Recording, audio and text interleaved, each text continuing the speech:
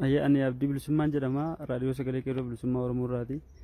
Isin barattoota yuunivarsiitii madda walaabuu irraa dhiyeenya barnoota irraa ari'amtan amma immoo bakka kana jiraachuu keessan dhageenye gara kana dhufnee yaada keessan akkamitti akka ari'amtanii fi maal akka isinirra ga'e kana akka uummata keenyaaf ibsitan kana isin gaafachuuf gara kana dhufne.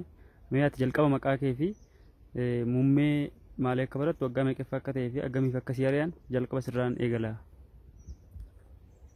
Ati. Ani maqaan koo maqaan Amaanil Girmaan jedhama. Qabelaan Nimoonaa Girmaati. Waggaa lammaffaa Information System Computer Science jala ta'e. Adabbiin egaa waggaa tokkoo fi hundi waggaa tokko waggaa lama jira. Dhiibbaan achi keessa jiru guutummaa guutuutti kan har'a eegalee miti kan bara darbee erga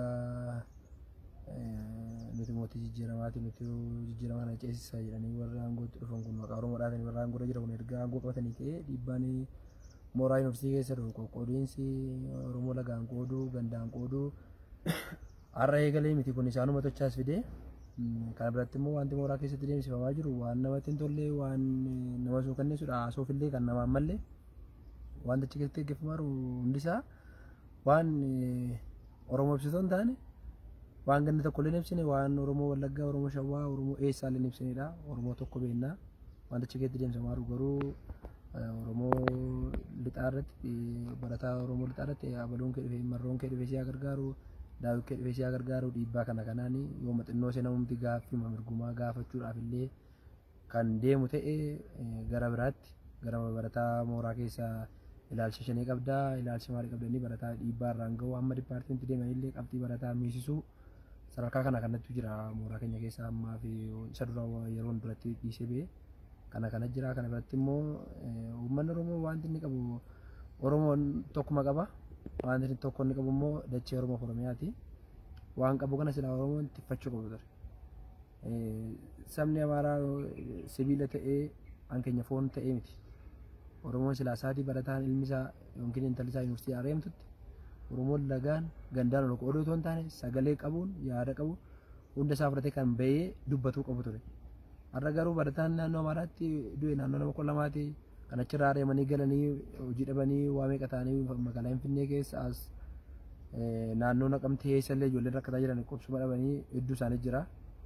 Kanallee nuti furmaata isinii laachuu hin dandeenyu jechuudhaan yeroo isaatti biiroo mootummaa pirezidaantii naannoo Oromiyaa akkanis illee ijoollee kana dhiibbaa kanarraan ga'aniiru.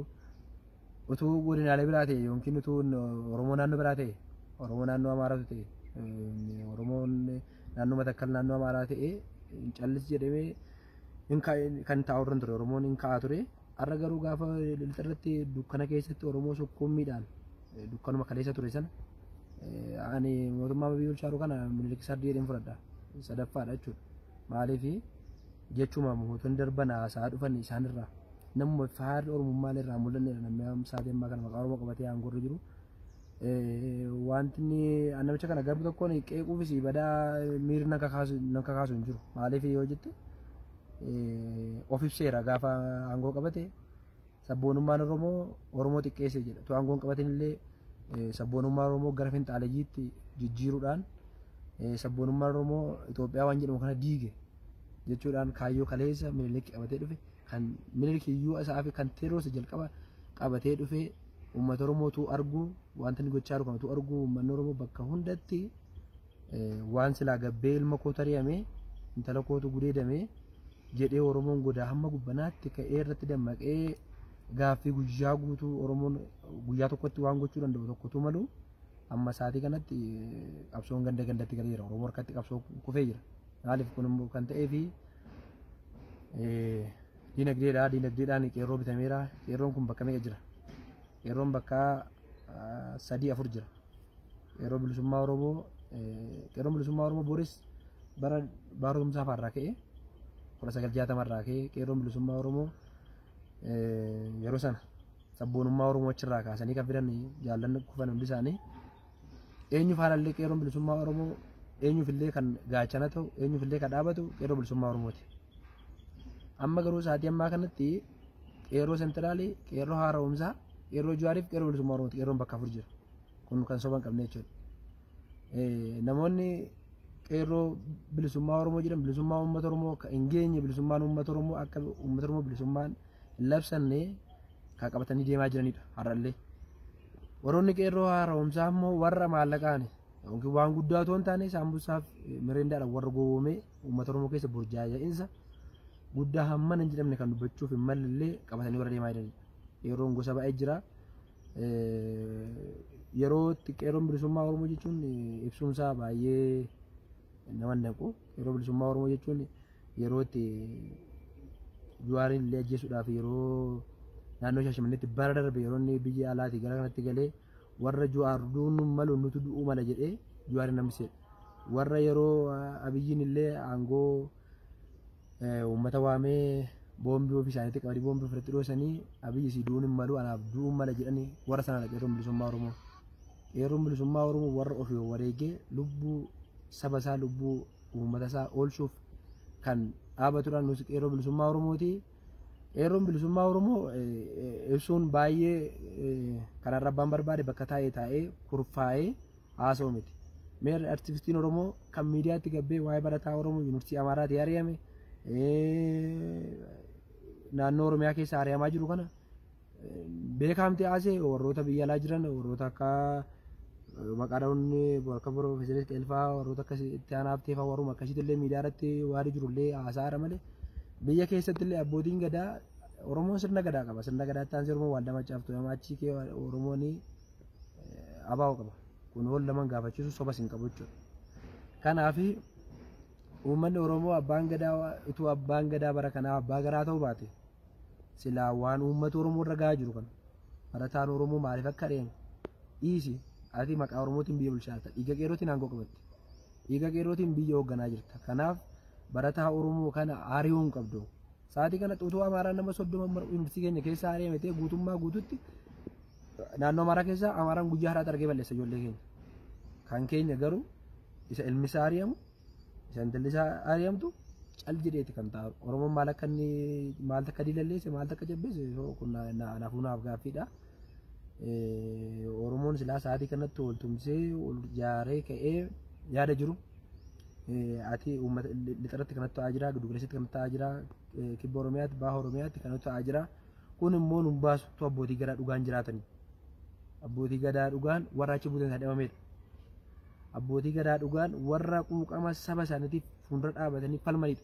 Malee abbootiin gadaa yeroo dhimma Jawaarii ajjechaan Jawaariif ka'e abbootiin gadaa kan gabbaanii miidiyaatti gad ba'anii biyyan goolina biyyan jeeqinaa jedhanii onnee nu qabu miira nu ittiin kaane bilisummaa nu barbaadu nu keessatti doomsan warri kun abbootii gadaa ta'uu hin taane abbootii gadaa ta'e fudhadhan. Abbootiin gadaatu guyyaa tokkotti ambulaansii mootummaatu miidhamete qabeenya mootummaa tokkotu miidhamete abbootiin gadaa miidiyaa hundumaa amma miidiyaa Amaaraatti illee hundumatti gadi ba'aniitu haasa'u. Garuu gaafa hayyuun isaanii barataa yuunivarsiitii jechuun hayyuudha. Nama bor biyya kana bulchuudha. Hayyuun Oromoo barataan Oromoon bor abdatu egeree Oromoon bor irraa qabu gaafa hari'amu abbootiin gadaa guyyaa tokko afaan isaanii baasanii dubbachuuf illee fedhan qabanii hin dubbatan illee. Abbootii amantaa yoo fudhanne mootummaa sodaatu. Maaliif isaan illee mootummaa quba harka keessaa waan qabuuf. Abbootii gadaa yoo fudhatte isin warra quufeedhaa warra lammaaf biyyiidhaan mormuudha. Keessumaa baasanii akka jiru. Abbootiin gadaa kan paartii kamiyyuu miti ture. Abbootiin gadaa paartii kamirraa bilisa ta'ee kan quuqama saba isaatiif. Barattoonni kun ilmaan isaaniiti. Nuti ilmaan isaaniiti. Ilmaan isaanii kanaaf warra quuqama qabu. Abbaan akkuma ilma isaa ilma jaallatu sana jaallatu gorsu sila abbootiin gadaa warra biyya bulchaaran kunis ilma isaaniiti ta'u. Warra kanaan illee kun sirrii miti asitti dogoggoraadha. Yoo inni illee of sirreessuu dadhabee bahanii uummatatti gadi bahanii dhugaa jiru haasa'u. Yoo kana ta'e quuqama Oromummaa qabu. Kan hin taane taanaan guyyaa tokkotti durgoo miindaa 2000 jedhanii uummata Oromoo maqaa abbootii gadaa dhaatanii uummata Oromoo bakka gandaaf gandatti faccaasanii kan jiran ni beekna. Maaliif amma isa yeroo sadarkaa yuunivarsiitii yeroo naannoo Amaaraatti dubbiin ka'e naannoo mooraa keenyatti illee yeroo dubbiin ka'e haadha siinqeetii fi araarama wajjin baradhaa barattoota Amaaraatti hin bu'inaa kan itti bu'ee Oromoon itti hin buune inni uruurse Oromoon ammachaa beeka Oromoon jennaan amman uruursee qabate jara kana jarri kun garuu wanta guddaadha waan hojjetan mooraa keenya keessatti kan arrabsamnu lafa keenya irratti kan dhiibamnu Oromoon dachee Gondoriin deemee Gondoran kootiin jenna. Lafuma Oromoon dur irraa buqee kan tufaamuudhaaf Finfinneen kootii jedha Oromoon kan irratti miidhame. Kanaaf yoo wanti kana fudhattee kaatee yoo Oromoo Finfinneen kan Oromiyaa teessee isaatii kana fudhattee kaateeti yaada finxaaleeyyii qabattee kan deemtus hin jedhu. Oromoon amma biyya bulchaa jiran kuni ukkaamsaan hidhaan dararan bakka hundumaatti barataa Oromoorras qeerroo Oromoorras bakka hundumaatti gahaa jira kun waan dhokataa miti. Bakka hundatti keessumatti lixa Wallaggaatti inni turkiin badee isaatii kana maatii keenya illee quunnamaa hin jirru. Maatiitti adda erga baane ji'a tokkoof deemaa jira ji'i tokko kamisa dhufuudha. Sagalee maatii keenya illee hin dhageenye hin beeknu torbanuma kana keessa naannoo Onan Filloo illee naannoo nama 59 kan ta'udha kan wareegame. Kanaaf illee uummanni Oromoo lubbuun barataa Oromoo fi lubbuun Jawaariin wanti garaagara godhe tokko hin jiru. Barataan guyyoo Jawaariin ol ta'e malee wanti Jawaarii gadi isa godhu hin jiru. Maaliif ilaalchi uummata keenya keessa jiru ilaalchi namoota keenya keessa jiru qeerroo harcaanee jiran kana keessa kan jiru kan isaan miindeessus warruma hayyoome kan isaan hoogganus warruma hayyoome malee warri lafaa ol guddatanii beekaa ta'uu hin danda'an akka ilaalcha isaaniitti. Kun adoolojii dadhabaadha. Kun adoolojii yaadamuu hin qabne. Kanaaf uummanni Oromoo godaa gubbaatti qeerroo lubbuun nama tokko uummata Oromoo keessaa kan wareegame wanti lubbuu warra kaanitti adda godhu hin jiru. Maaliif inni kun ta'in uumame inni kun immoo rabbi tottolchee waan uume miti. Hundumtuu maaliif uummata Oromoo akkuma gaafa Jawaariin ajjeesuuf kaan godaa amma gubbanaatti gungumee akka barbaadetti waan barbaade jedhee guyyaa tokkotti mootummaa rifaasisee yeroo itti namni jimaalaan du'aa jiru kana akka barbaadetti namoota kana ajjeesaa shamarran gudeedaa waa meeqa jira hin nageenya hunda isaan nageenya wanta godhe keenyatti ta'aa jiru wanta lixatti ta'aa jiru hin nageenya waan asii gidduu galalli naannoo Nyamaritti ta'aa jiru hin nageenya waan zoonii kibbaatti ta'aa jiru hunda hin nageenya Gujii Booranaatti jechuudha. Wanta kanallee uummata Oromoo utuu dhaga'uuti kan gurra cuqqaallatee ta'aa jiru. Maaliif uummata Oromoo waan itti amanee qaba. Waan itti amanee filannoodha. Filannoon immoo utuu uummati dhumaa jiru eenyu akka bulchuuf deemu anama keessumatti komii paartiilee garaagaraa irraa qaba. Paartiin Kaafaawus paartiin kamillee utuu uummati jimaral dhumaa jiru uummata waan kana gadi bee miidiyaa irratti miidiyaan jira. Miidiyaan akka durii miti miidiyaan Oromoo miidiyaan qabu jechuun miidiyaa qaba. Miidiyaa Oromoo qabu kanatti gadi ba'anii waan jiru kan uummataaf ifa gochuu kun akkam wayyaa yoo kun ta'e maaltu wayyaa uummati kun isaatii kanatti dhumaa jira. Inni torkiin hin jiru uummati cuucaa dukkana keessatti uummati gudeedamaa jira. Dukkana keessatti uummati jimlaalaan dhumaa jira. Kanaaf furmaati keenya hoo maali? Wanti kunoo jedhame kunoo jedhamuun isaanaaf. Wanti lixa Wallaggaa ta'aa jiru dirqamatu hin jaallatin kunoo as giddu galeessa ga'eera. Utuu hin jaallatin Oromoo si komandootti darba. Gaafa sana gara kamitti deema? Kuni qoqqoodiinsa Minilikii namichi kun timjaaru kaayyuu Minilikii ganamaati. Maaliif? Gaafa maammoo gaafa siidaa Sillaasee dhaabee maammoo Mazammirii Booraa Madhaa keetti fannifame nu yaadachiise. Gaafa immoo siidaa Sillaasee Minilikiin baajata hamma kana itti baasee hojjetee uummata Oromootti kottaa muuziyeemii hojjetee uummata Oromoo waamee kadhaqee ilaalee hedduu jira. Gaafa kana harka muraa fi harma muraa lolee uummata Oromoo Minilik gochaa Minilik nu yaadachiise. Oromoon kanallee beekuu danda'u ture malee wanti godhamaa jiru hundi isaa waan diinummaa uummata Oromootti godhamaa jiru. Maaliif yeroo Oromoo tuulamaa cabse Minilik Oromoon si komandoo yookiin Oromoon Arsii akka Awwaashiin achi ce'ee hin lolle godhe.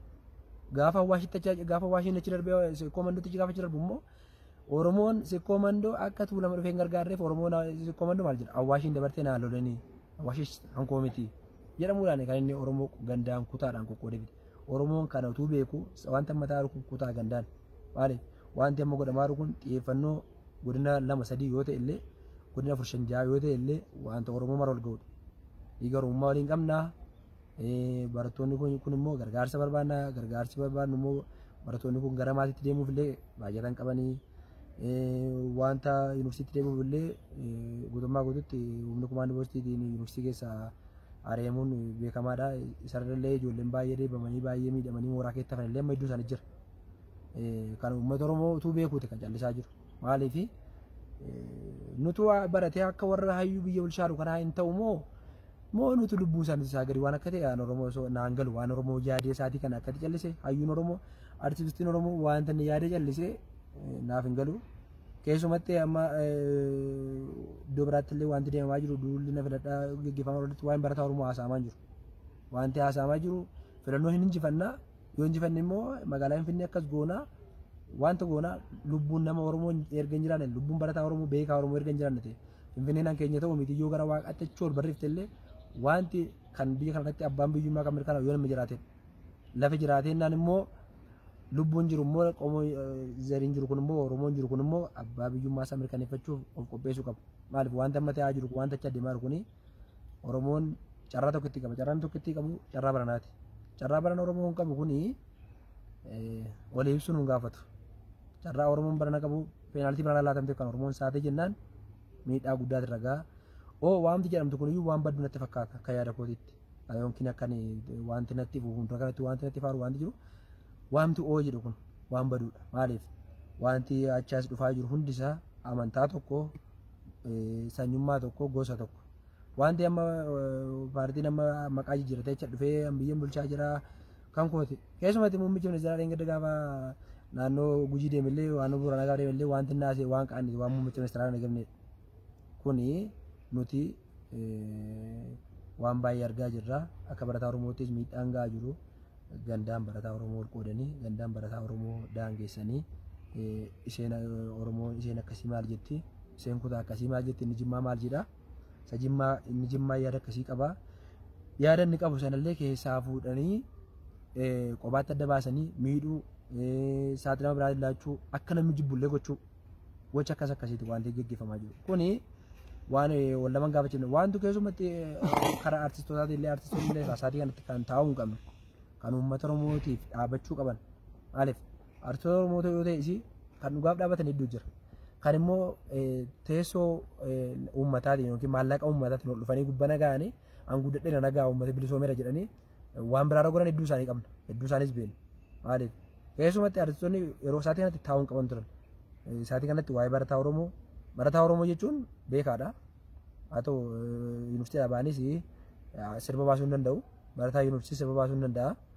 Garuu artistiin waa'ee barataa Oromoo quuqama qabu uummatatti gabbaasuun mirga isaatii dirqama isaatis. Kanaaf artistiin sa'aatii ammaa kana sa'aatii nu amma irra geenye jiru kana artistiin keenya hundi isaa artistii ta'e. Maaliif bara akkasii kanatu ture amma immoo wayyeera waan ta'eef kuni waan nu kakaasuu hin qabu waan nu miira nutti kaasuu hin qabu yeroo jedhamu irra geenye jira. Maaliif kunis waan bu'aa karaa dalgaatiin yookiin maallaqaan kasaan goomanii nutti ibsaa jechuudha. Kanaaf sa'aatii kanatti artistiin Oromoo taa'uu hin qabu ture. Dirqama irra jiru waa'ee Oromoof Oromiyaati.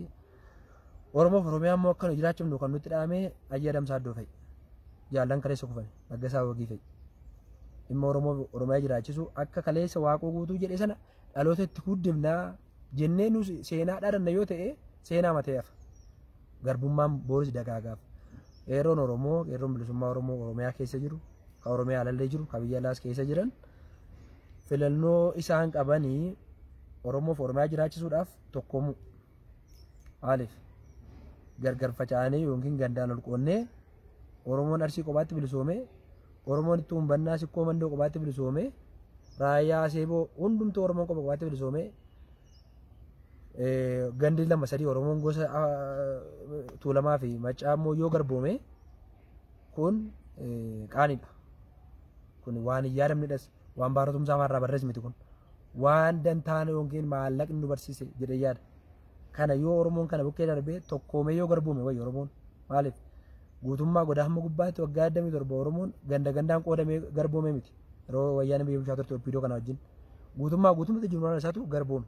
Har'a garuu Oromoo kutaan tokko bilisoomee kutaan tokko garboome. Kuni saayinsii ittiin Minilik biyya bulchaa turedha. Kanuma biyya kanarratti diriiraa jira. Kun waan Minilik kaleessa utuu galmaan hin geenye irraa du'e sana galmaan hangaa kan ilmi kee waan jedheetti uffaan natti fakkaata muummichi ministeera isaatii ammaa kana. Imaanaan kee harka jira imaanaa kee kana immoo natu galmaan sii ga'a. Kanaafuu hin badu jechuudha. Maaliif wantoonni deemee iccitii Oromoo sabboonummaa Oromoo xiqqeessi jechuun kun qaanidha. Itoophiyaallee hin diige waan jedhu irratti sabboonummaa Oromoo sabummaa sa'aatii ammaa kanatti gandummaadha. Akka biyyaatti immoo finxaaleeyyiidha. Kun jecha warra tokko ndaaltota Oppiidooti warra Yaasaaroo warra bilchiqinnaa ofiin jedhe kan. Maaliif Oromoon egeree isaa yookiin abbaa biyyummaa isaa mirkaneeffachuuf carraa peenaaltii barana qofa qaba. Kana caalas qaba jedhee yaaduun maaliif Oromoon kanatti cimuu qaba. Ejjennoo barattoota isaa yuunivarsiitii Areebaan kanallee gargaaruu qaba, tumsuu qaba, bukkee dhaabbachuu qaba. waan hafillee jaallanni ijoolleen bira jiran kun itti haguutanii Oromoon waan hundumaatiin ol tumsuu qabaa ol ijaaruu qabaa goda hamma gubbanaatti gaafa Oromoon maccaa du'u inni lamaa taa'uu hin qabu. Iluu abbaa booraa gaafa du'u inni jimmaa taa'uu hin qabu. Inni arsii gaafa du'u inni baalillee taa'uu hin qabu. Maaliif Oromoon tokko waan ta'eef. Oromoon tokko jecha achi buuteen isaa kadhamee jaallalli gammadaa yeroo kana yaadachuu qabna. Maaliif Oromoon tokko jecha kan warra isaa achi buuteen isaa hidhamame jaallan hedduu jira. Jaallan kana yaadachuu qabna. Kan du'anii baadiyaa yookiin baraa Oromiyaatti illee gammoojjii Oromiyaatti illee reeffi isaanii awwaalcha dhabe. Oromoof Oromiyaa jiraachisuuf egeree Oromiyaa qeerroo har'aa kan harkaan ga'anii qeerroon Oromoo sadarkaa kana sa'aatii kanatti immoo maallaqaan goomuu hin qabu. Maaliif waan baay'ee jira. Maallaqaan qeerroo Oromoo bakka baay'eetti hiramee jira sa'aatii kanatti. Qeerroo Oromoo balbala tokkotti deebi'ee sirna amma bifa haaraadhaan adda waa'ee bal'eessineera jecha Minilikii jalqabaatti nu deebisaa jiru kana sirna dullattee jecha nuti deebi'aa jiru kana Oromoon tokko ta'ee falmatee fincilee kakufellee kufee bilisummaa dhugaa kaayyoo isaa dhugaa ejjennoo isaa dhugaa abbaa biyyaa isaa irratti lafa isaa irratti qabeenyaa isaa irratti ooyiruu isaa irratti hundumaa irratti Oromoon abbaa biyyummaa isaa mirkaneeffachuu hin qaban jedhaa galatoomaa qalbii keessa bilisummaa kan jedhu.